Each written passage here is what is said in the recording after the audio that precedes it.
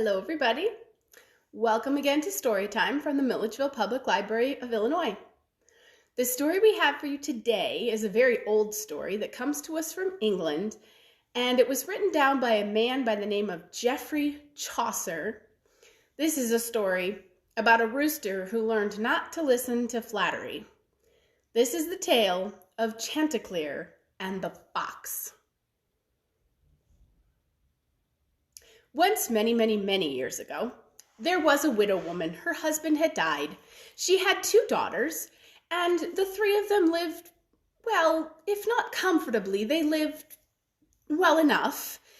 They had 3 cows and 3 pigs and a whole flock of chickens. And from the cows, they got milk, and they made cheese, and they made butter, and they sold it in the marketplace. And from the hens, they got eggs. Now, the head of the hen flock was a rooster by the name of Chanticleer, and he lived up to his name. It's very fancy sounding, and he was a very fancy rooster. His comb was bright red, scarlet red, so beautiful. And his feathers, they were such a dark green that they looked almost black. And he had a beautiful creamy chest. And his feet were black, except for his nails, which were white. And they were so beautiful. Oh, he was the most beautiful rooster you've ever seen. And he knew it. Now, the head of the hen flock was a hen by the name of Demoiselle Partlet. Now, Mademoiselle Partlet, she was so pretty. She was all brown and white and speckled, with a nice feathery breast. And her eyes had red around them, which to us might sound a bit odd, but to a chicken or to a rooster like Chanticleer, that was quite beautiful. And Partlet was so well-behaved and so quiet and so reasonable about everything that from a very young age, she had Chanticleer's whole heart. Well, one morning, as the hens and Chanticleer were waking up, Chanticleer began to grumble and to moan and to make some very strange sounds, and he rather startled Mademoiselle Partlet, who was sitting next to him on on her little perch. And she poked him with her wing and her beak, and she said, "My dear, you are making such terrible sounds. You're quite frightening me. Whatever is the matter?" And Chanticleer said, "Well, my dear, I have had the most terrible dream. It has been just horrible.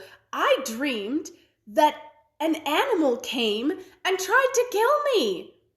I had never seen the like before. He looked something like a dog, but not exactly. His color was somewhere between red and yellow, and the tips of his ears and his snout were black, but he had a nice snowy white beard, and he was very sly, and when I saw him, I was so frightened.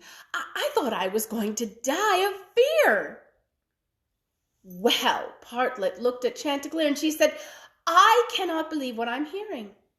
There is no way that I could be in love with a rooster that was so terrified as to be frightened to death of a dream. My silly man, you must be kidding me." And of course, Chanticleer didn't want to seem silly in front of Partlet, whom he loved so very much. And so he told her that of course she must be right, and it had simply been a dream, and he was quite all right. He could go on with his day, and he was not frightened, really. And so he fluttered down from his perch, and the rest of the flock followed him, and they all went out into the yard. Now, in a grove of trees, across the meadow from the widow's farm, there lived a fox.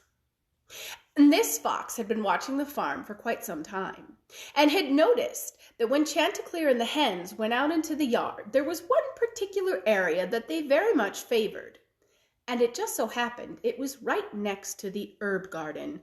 And some of the herbs were quite tall enough that the fox thought he could hide there. And so the night before, the fox had crept through the hedge round the farm. And he had crept into the herb garden, and he lay there now, watching Chanticleer and the hens going about the yard, enjoying themselves.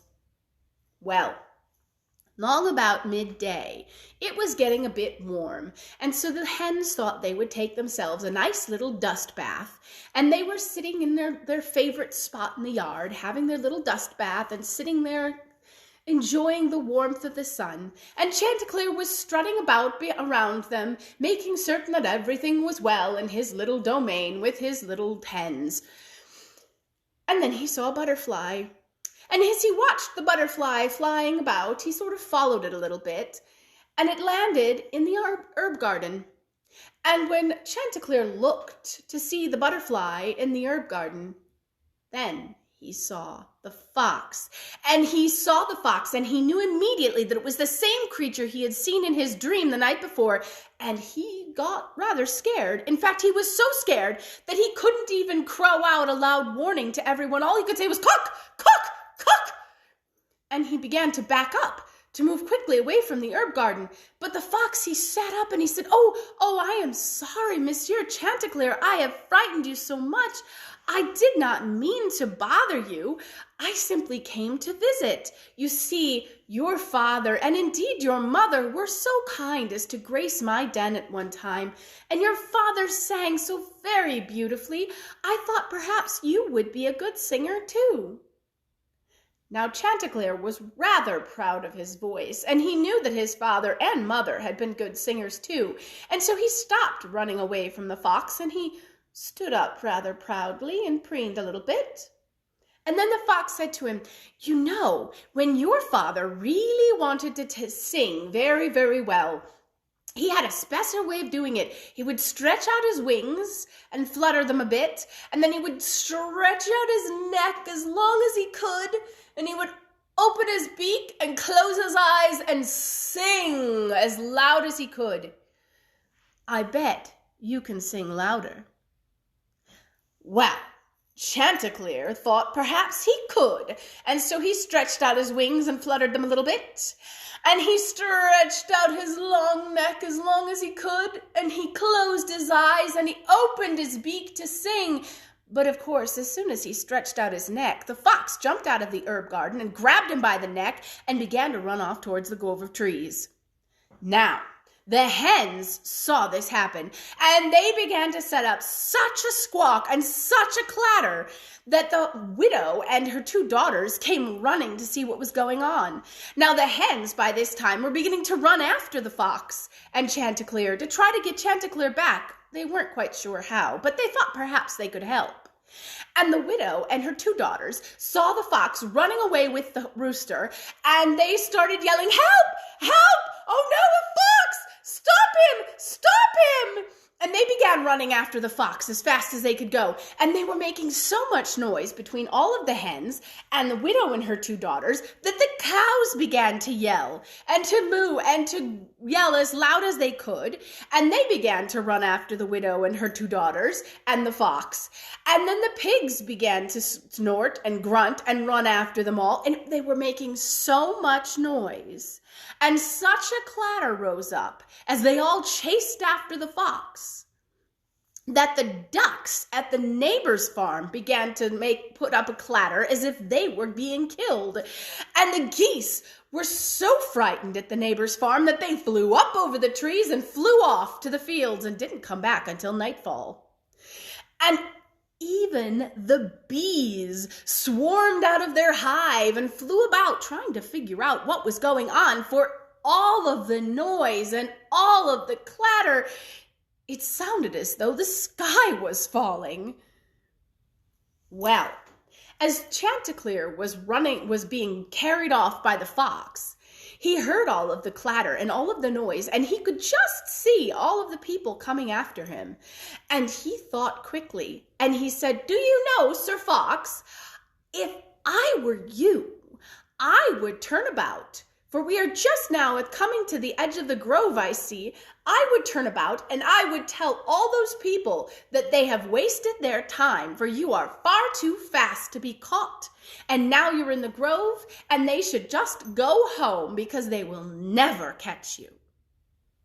Well, the fox thought he was rather clever and very fast, and those people never would catch him, and so he turned about. And he opened his mouth to yell out to the people following him that they should not waste their time.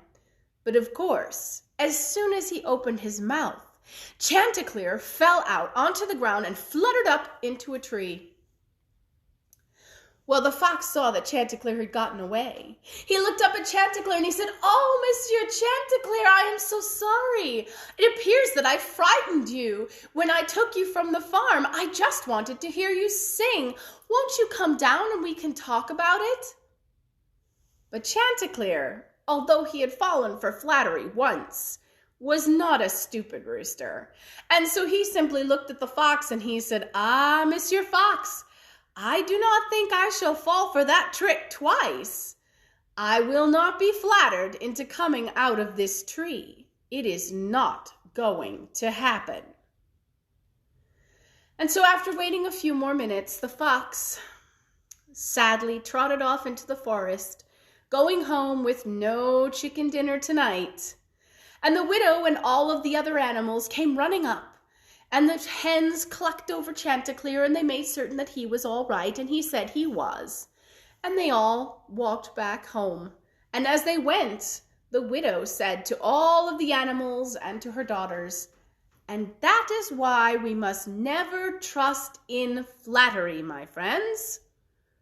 And Chanticleer quite agreed. And that is the story of Chanticleer and the Fox, as written down by Geoffrey Chaucer. I hope you enjoyed our story from England, and I hope you will come back and join us again on Friday at 3 p.m. Central Time. We'll have another story for you from the Milledgeville Public Library of Illinois. See you later, everyone. Bye.